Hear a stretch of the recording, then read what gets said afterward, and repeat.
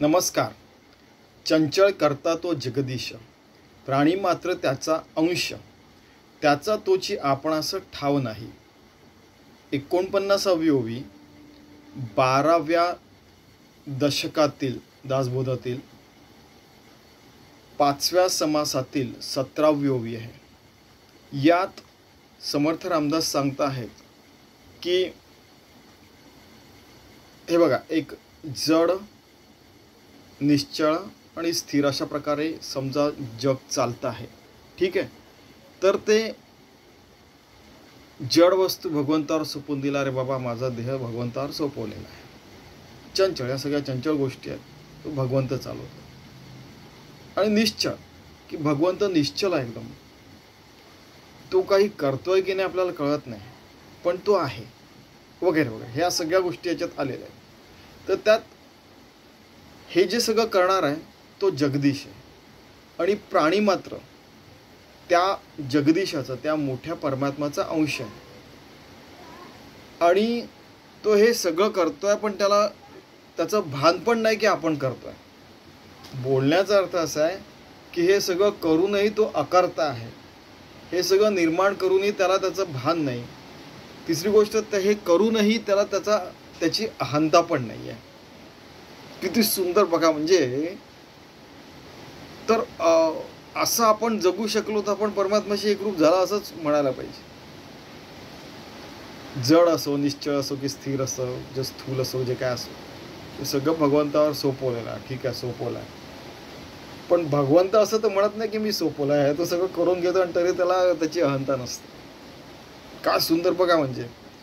म्हणजे आपला जो मी सोपवणार आहे तो मी पण निघून जायला पाहिजे,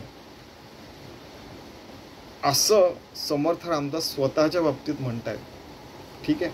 म्हणजे आपल्याला सगळ्यांना भरपूर प्रवास करायचा आहे, असं त्यांचा म्हणण्याचा अर्थ आहे. आणि या ओवीच्या म्हणजे बरेचशे प्रकारे ओवीचा आपण विचार केला. ओवीच्या काय म्हणतात त्याला, विविध आपण छटा बघितल्या तर असं लक्षात येतं की अरे काय जबरदस्त समर्थ रामदास बोलून गेले की आपण त्याचा अंश. अरे वा, भगवान का अंश, किती सुंदर वाटायला पाहिजे आपल्याला. देवाचा अंश. अरे वा, मग मी तर एकदम शुद्ध आणि पवित्रच राहील, जे काय होईल ते बघितलं. स्वामीजींनी एकदा याच्यावर असं म्हटलं होतं, एखाद्या माणसानं सांगितलं, अरे तू 1 कोटीची लॉटरी लागली. तेव्हा मला असं वाटतं काहीतरी महाराष्ट्र राज्य लॉटरी वगैरे काहीतरी होती, 1 लाख वगैरेची लॉटरी ती लागली. तो एकदम असा नाचायला वगैरे लागेला. ठीक आहे. पण त्याला म्हटलं, रे तू भगवंताचा अंश आहे. ते काय असतं, काय फालतू गोष्टी बोलता तुम्ही. म्हणजे या घडलेल्या गोष्टी बहुतेक त्यांच्या बाबतीत. तर किती शुद्ध आणि पवित्र वाटायला पाहिजे की आपण भगवंताचा अंश आहे. प्राणी मात्र त्याचा अंश, प्रत्येक प्राणी मात्र त्याचा अंश आहे. आणि तो हे सगळं काही आपल्याकडनं करून घेतोय, सगळं सुरू आहे. किती छान वाटायला पाहिजे आपल्याला. त्याला सपोर्ट करायला पाहिजे त्या भगवंताला, त्याच्याशी एकरूप होऊन जायला पाहिजे.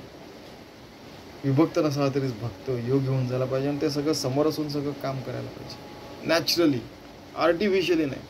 मग आर्टिफिशियल केलं की आपण वेगळा राहतो आणि देव वेगळा राहतो. नॅचरली त्याच्यात मिसळून गेलं तर मला लक्षात येतं की अरे, बरेचदा असं होतं बरं का. एकदा काही जण म्हणायचे की बरेचदा असं असतं की आपण काम करून त्यानंतर लक्षात, अरे कसं काय झालं आहे, इतकं सुंदर काम, मी खूप प्रॅक्टिस केली होती. समजा विणकाम, समजा आई करायची, तर हे कसं काय इतकं सुंदर झालं मला कळतच नाही. म्हणजे देवाने करून घेतलं, बरोबर आहे की. त्यानंतर आपण खूप प्रॅक्टिस करतो आणि काय एखादा म्हणजे इव्हन दिवाळीचा किल्ला आपण बांधतो घरी, तर त्याला अरे यार आम्ही तो असं केलं होतं पण किती सुंदर झाला यार, आहे की नाही. म्हणजे तेव्हा लक्षात येतं की अरे देवानेच करून घेतलं आहे. एकदा हे घडलेली गोष्ट आहे. एकदा काय झालं की आषाढी एकादशी होती. आता काय झालं की समजा पुढल्या सोमवारी किंवा बुधवारी आहे, तर ती 1 आठवड्या अगोदरच सोमवार किंवा बुधवारी लोकांनी करून घेतली. मग लक्षात आलं यार की त्या माणसाने आपल्याला ही तारीख सांगितली, आपण केली, पण ती तारीख तर 7 दिवसांनी आहे. मग हा उपवास करून कोणी घेतला? मग देवाने. कळतं की नाही. म्हणजे बरेचदा असं होतं की हे ओळखायचं कसं की देवाने काम करून घेतलेलं आहे. यावर बोलताना काही साधू संत बोललेले आहे की पूर्ण समरसतेने पूर्ण जीव ओतून सगळं काम करतोय आपण. ते 1 तासात करायचं ठरवलेलं आहे, पण ते 10-15 मिनिटातच होऊन गेलं आणि त्याच्या 1 तासात करण्यापेक्षा 15 मिनिटात ते परफेक्ट होऊन गेलेलं आहे. हे कसं काय झालं? आपण पुन्हा पुन्हा येऊन बघतो, यार हे 15 मिनिटातच झालं आहे काम. आश्चर्य वाटतं ते. म्हणजे मग याच्यात कोणी कोणी अजून काहीतरी गडबड करू शकतात की तुम्ही MS वर्ड फाईलमध्ये लिहित होता आणि मग तुम्ही त्याच्यात ChatGPT वगैरे यूज केलं त्यामुळे फास्ट होऊन गेला. तसं नसतं ते. याच्यात काही आर्टिफिशियल इंटेलिजन्स वगैरे नसतं. याच्यात फक्त भगवंताचाच इंटेलिजन्स असतो.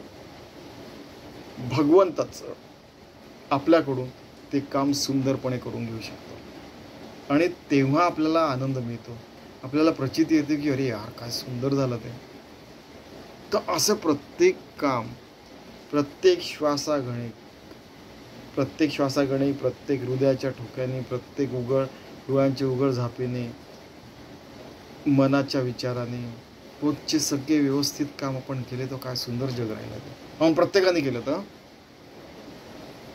आणि प्रत्येकाला अनुभव येतो की अरे तो जगदीशच सगळ्या काम करून घेतो आणि सगळ्यांना कळतं की आपण त्या भगवंताचे अंश आहेत. कोणालाच गर्व नाही, सगळे निगर्वीपणे राहत आहेत. भक्तांची मांदियाळी, जसं ज्ञानेश्वरांचं पसायदानच अनुभवतं असं वाटायला लागलं. चला आपण असा अनुभव घेऊया. धन्यवाद.